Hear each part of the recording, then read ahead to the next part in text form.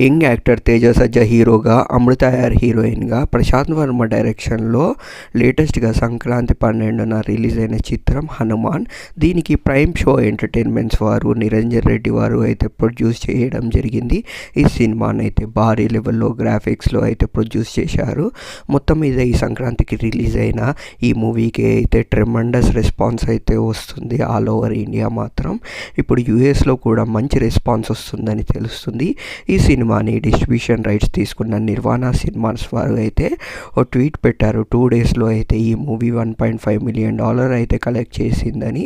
So రానున్న రోజుల్లో Hanuman movie ఎలా కలెక్ట్ చేస్తుందో చూడాలి. ఎలాగో అయితే గుంటూరు కారంకి అయితే మిక్స్డ్ టాక్ వచ్చింది, హనుమాన్కి అయితే పాజిటివ్ టాక్ వచ్చింది. ఇంకా చాలా చోట్ల గుంటూరు కారంకి ఇచ్చిన థియేటర్స్లో అయితే హనుమాన్ అయితే ప్రదర్శించడం జరుగుతుందని తెలుస్తుంది.